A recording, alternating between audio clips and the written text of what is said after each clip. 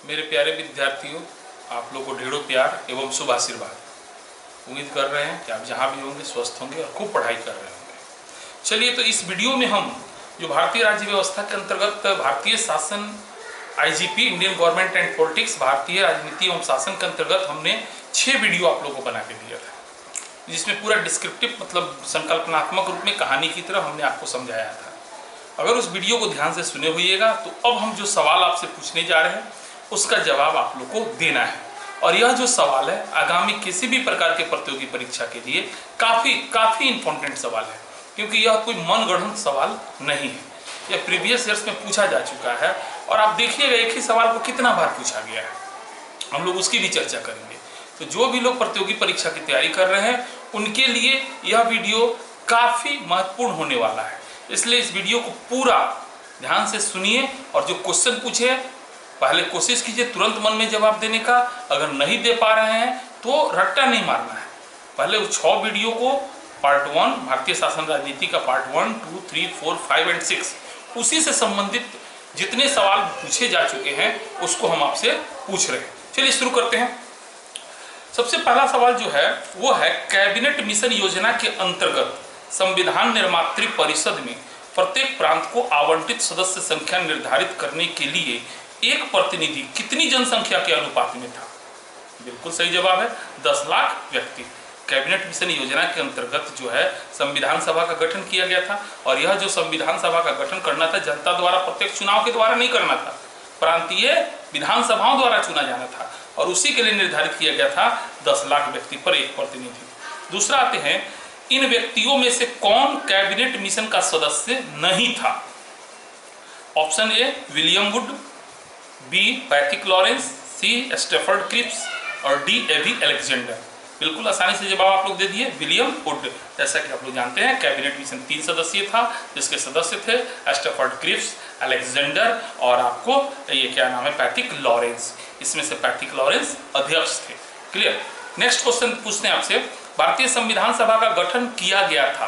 भारतीय संविधान सभा का गठन किस अधिनियम द्वारा किया गया था, है ना, या किस मिशन द्वारा किया गया था? तो ऑप्शन ए है भारत सरकार अधिनियम 1935 के द्वारा, दूसरा है क्रिप्स मिशन 1942 के द्वारा, तीसरा है कैबिनेट मिशन योजना 1946 के अंतर्गत, और लास्ट है भारतीय स्वतंत्रता अधिनियम 1947 के अंतर्गत। बिल्कुल सही जवाब है कैबिनेट मिशन योजना। जैसा आप लोग जानते हैं, आपने बताया कैबिनेट मिशन योजना के अंतर्गत संविधान सभा का गठन, अंतरिम सरकार का गठन, ये सब कैबिनेट मिशन योजना का गठन किया गया था। नेक्स्ट सवाल है, 1946 में निर्मित अंतरिम सरकार में कार्यपालिका परिषद के उप सभापति कौन थे? हम आपको लेक्चर में बताए थे ना, कार्यपालिका परिषद के उप सभापति पटेल नहीं थे, उप सभापति प्रधानमंत्री जवाहरलाल नेहरू थे और सभापति बेवल साहब थे। इसको खूब ध्यान से रखिएगा, ये IAS 1995 का सवाल है ये। नेक्स्ट सवाल है, निम्नलिखित में से कौन अगस्त 1946 में गठित प्रथम अंतरिम राष्ट्रीय सरकार का सदस्य नहीं था? जो अंतरिम सरकार बना था ना कैबिनेट मिशन योजना के अंतर्गत, उसमें कौन सदस्य नहीं था? सी Rajagopalachari, doctor Rajendra Prasad, doctor S Radhakrishnan, Jagjivan Ram. कौन जवाब होगा? S राधाकृष्णन सही जवाब है। क्यों? क्योंकि सी राजगोपालचारी बिल्कुल अंतरिम सरकार में मंत्री थे, शिक्षा मंत्री थे, राजेंद्र प्रसाद कृषि मंत्री थे, जगजीवन राम श्रम मंत्री थे।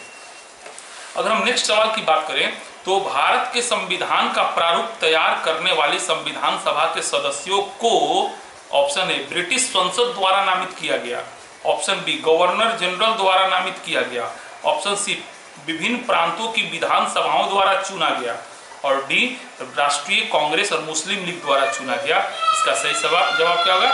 सी होगा, प्रांतों की विधानसभाओं द्वारा चुना गया। हम बार बार बोल दे रहे हैं, इंपॉर्टेंट क्वेश्चन है, इसको ध्यान में रखिएगा। ठीक है।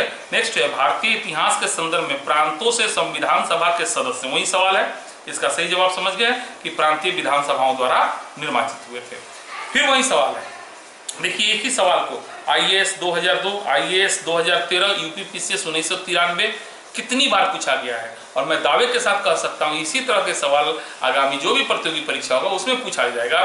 संविधान सभा का गठन फिर बता दें आपको, जनता द्वारा प्रत्यक्ष रूप से नहीं हुआ था, यह संविधान सभा प्रांतीय विधानसभाओं द्वारा चुना गया था। अगला सवाल, संविधान सभा में सदस्यों का चुनाव कैसे हुआ था? सेम क्वेश्चन है, सीधे प्रांतीय सभाओं द्वारा हुआ था। चलिए नेक्स्ट क्वेश्चन, संविधान सभा के चुने हुए अस्थायी अध्यक्ष कौन थे? अस्थायी अध्यक्ष, अस्थायी नहीं, अस्थायी अध्यक्ष कौन थे? बिल्कुल सही जवाब है डॉक्टर राजेंद्र प्रसाद। और वहीं अस्थायी अध्यक्ष रहता तो क्या जवाब होता? डॉक्टर सच्चिदानंद सिन्हा जी। संविधान सभा की प्रथम बैठक की अध्यक्षता किसने की थी? मतलब 9 दिसंबर 1946 के दिन जो प्रथम बैठक हुआ था उसकी अध्यक्षता पूछ रहा है, यहाँ अस्थायी अध्यक्ष का नाम बताना है, अर्थात सच्चिदानंद सिन्हा सही जवाब होगा। नेक्स्ट है, भारतीय संविधान सभा के उद्घाटन अधिवेशन की अध्यक्षता, वही बात हो गया प्रथम अधिवेशन, उद्घाटन अधिवेशन 9 दिसंबर 1946 वाला बात है, जिसकी अध्यक्षता किसने की थी? अस्थायी अध्यक्ष के तौर पर डॉक्टर सच्चिदानंद सिन्हा जी किए थे। भारत की संविधान निर्मात्री सभा के अध्यक्ष कौन थे?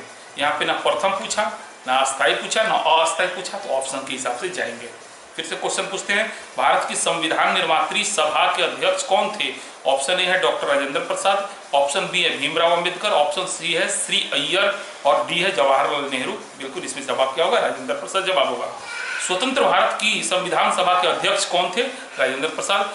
भारतीय संविधान सभा की स्थापना की गई, बिल्कुल 9 दिसंबर 1946, इस तरह का क्वेश्चन है तो आपको जवाब देना है। संविधान सभा का गठन, संविधान सभा की प्रथम बैठक, संविधान सभा की स्थापना, है ना, जब भी इस तरह का सवाल है तो आपको जवाब देना है 9 दिसंबर 1946। अनगिनत बार ये सवाल पूछा गया है। संविधान सभा का गठन कब हुआ था? 9 दिसंबर 1946। यूपीपीसीएस 1990, यूपीपीसीएस फिर 1990। फिर भारत की संविधान सभा का प्रथम अधिवेशन कब शुरू हुआ? 9 दिसंबर 1946। भारतीय संविधान सभा की पहली बैठक कब हुई? 9 दिसंबर 1946। भारत को, नेक्स्ट क्वेश्चन ध्यान दीजिएगा, भारत को एक संविधान देने का प्रस्ताव संविधान सभा द्वारा पारित किया गया, याद आ रहा है? 13 नवंबर 1946 को उद्देश्य प्रस्ताव जो प्रस्तुत किए तो पारित कब हुआ था? बिल्कुल सही जवाब 22 जनवरी 1947 को। संविधान सभा के सम्मुख संविधान की प्रस्तावना का प्रस्ताव किसने रखा है? उद्देश्य प्रस्ताव किसने रखा? बिल्कुल सही जवाब पंडित जवाहरलाल नेहरू जी रखे। नेक्स्ट क्वेश्चन, संविधान सभा में उद्देश्य प्रस्ताव निम्न में से किस एक के द्वारा प्रस्तुत किया गया था? सेम सवाल है, कौन किए थे? पंडित जवाहरलाल नेहरू। भारतीय संविधान के निर्माण के समय संवैधानिक सलाहकार कौन थे? बिल्कुल सही जवाब ऑप्शन थे अम्बेडकर, राजेंद्र प्रसाद, BN राव, KM मुंशी। कौन होगा? BN राव। चलिए तो इस तरीके से और हम लोग आगे सवाल देखते हैं।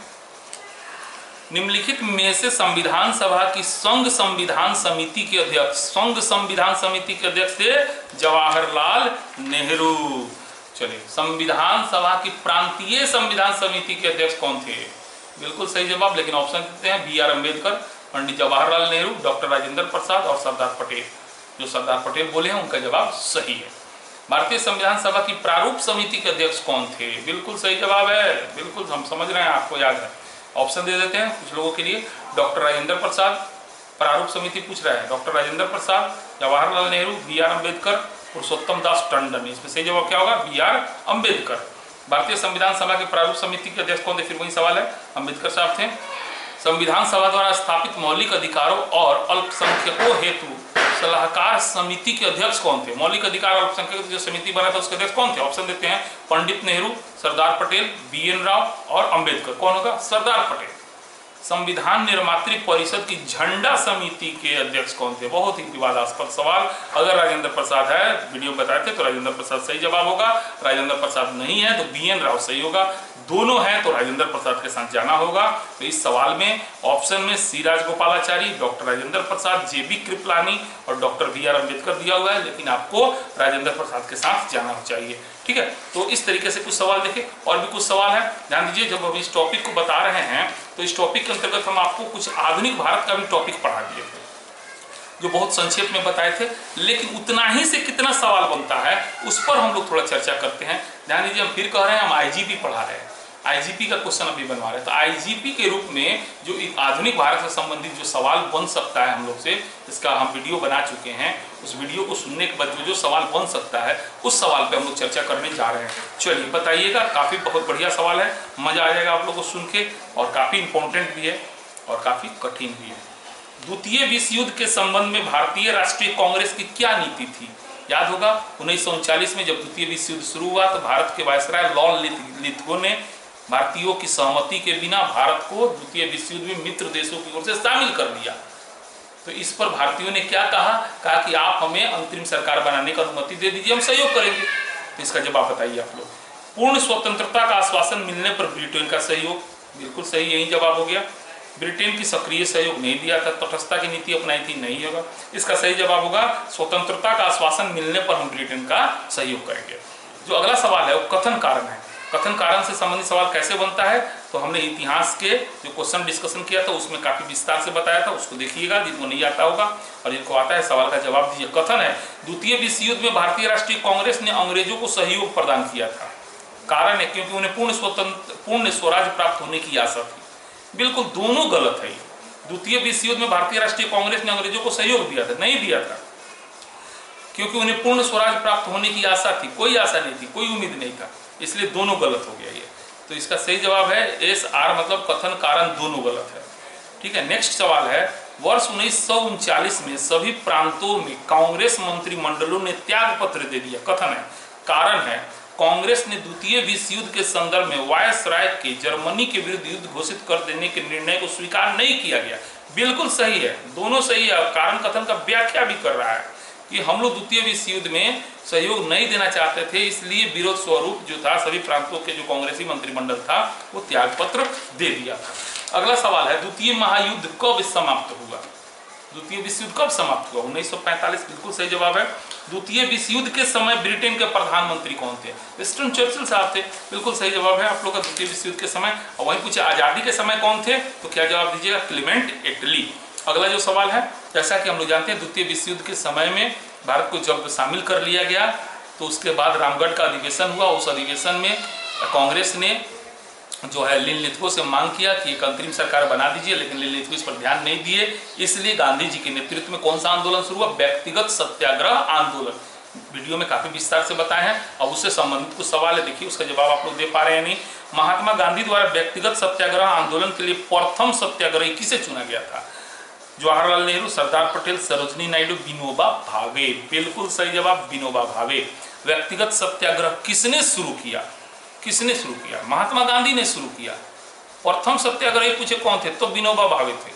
ठीक है, व्यक्तिगत सत्याग्रह में विनोबा भावे को प्रथम सत्याग्रही चुना गया था। तो दूसरा कौन थे बताए थे ना? बिल्कुल सही जवाब है कुछ लोगों का, फिर भी ऑप्शन देते हैं। डॉक्टर राजेंद्र प्रसाद, पंडित जवाहरलाल नेहरू, सी राजगोपालाचारी, सरदार वल्लभ भाई पटेल। बिल्कुल सही जवाब है पंडित जवाहरलाल नेहरू। अब थोड़ा सा और आप लोग सवाल देखते हैं, भारत में क्रिप्स मिशन किस वर्ष आया?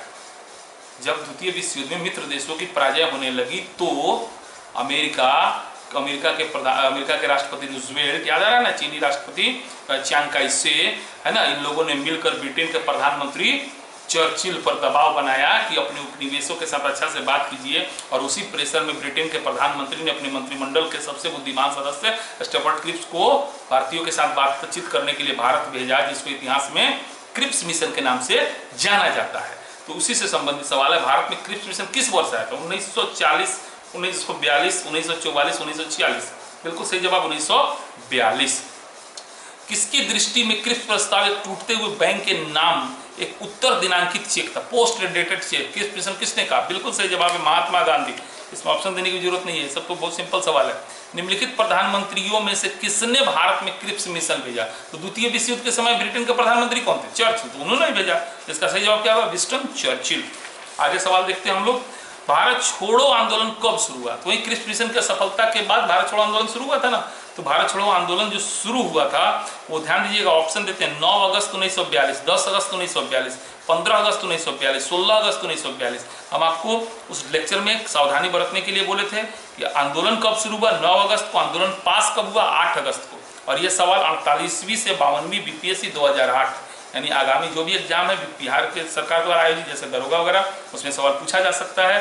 वहां पे यदि आप कहते हैं 8 अगस्त को शुरू हुआ, गलत जवाब है, 9 अगस्त को शुरू हुआ था। चलिए अगला सवाल देखते हैं, भारत छोड़ो आंदोलन कहां से शुरू हुआ? कहां से शुरू हुआ था? बंबई से शुरू हुआ था। 8 अगस्त 1942 में कांग्रेस ने भारत छोड़ो आंदोलन कहां से प्रारंभ किया था? बिल्कुल सही जवाब है, बंबई से शुरू किया था। अंग्रेजों के विरुद्ध भारत छोड़ो आंदोलन की घोषणा किस वर्ष की गई थी? 1940, 1942, 1946, 1936। बिल्कुल सही जवाब 1942। भारत छोड़ो आंदोलन प्रारंभ किया गया था, कब किया गया था? ऑप्शन है जुलाई 1942, अगस्त 1942, सितंबर 1942, अक्टूबर 1942। सही जवाब क्या होगा? बिल्कुल अगस्त 1942। करो या मरो का नारा किसने दिया? भारत छोड़ो आंदोलन के समय करो या मरो का नारा महात्मा गांधी ने दिया। बिल्कुल सही सर, ये अनगिनत बार पूछा गया। करो मरो का नारा जो था वो किस आंदोलन से संबंधित था? भारत छोड़ो आंदोलन से संबंधित। करो मरो का नारा निम्नलिखित आंदोलनों में से किससे संबंधित है? भारत छोड़ो आंदोलन। गांधी जी का करो मरो का नारा का आह्वान क्या था, किस आंदोलन के समय? फिर वो भारत छोड़ो आंदोलन। भारत छोड़ो आंदोलन किसकी प्रतिक्रिया में प्रारंभ हुआ? भारत छोड़ो आंदोलन किसकी प्रतिक्रिया में? वही ना, क्रिप्स मिशन की असफलता, यानी क्रिप्स मिशन के विरोध में शुरू हुआ था। ठीक है, भारत छोड़ो आंदोलन का नेतृत्व किसने किया था? अंबेडकर ने किया, नेहरू ने किया, गांधी ने किया, पटेल ने किया, गांधी जी ने किया था। ठीक है ना। चलिए, तो इस तरीके से हमने भारतीय शासन व्यवस्था के अंतर्गत जो पहला हम लोग टॉपिक पढ़ा ही रहे हैं, अभी उसमें अभी और कुछ बाकी है, लेकिन जितना पढ़ा दिए 6 वीडियो में, उस सारे 6 वीडियो से संबंधित जो सवाल बन सकता था उन सारे सवालों की हमने चर्चा की। इसको बार बार सुनिए। अगर इन सारे सवाल का जवाब आसानी से नहीं दे पा रहे हैं तो प्लीज़ मेरा निवेदन है, रट्टा नहीं मारिए। हम फिर कह रहे हैं 6 वीडियो को विस्तार से देखिए और खुद से इसका जवाब देने का प्रयास कीजिए। बहुत बहुत धन्यवाद।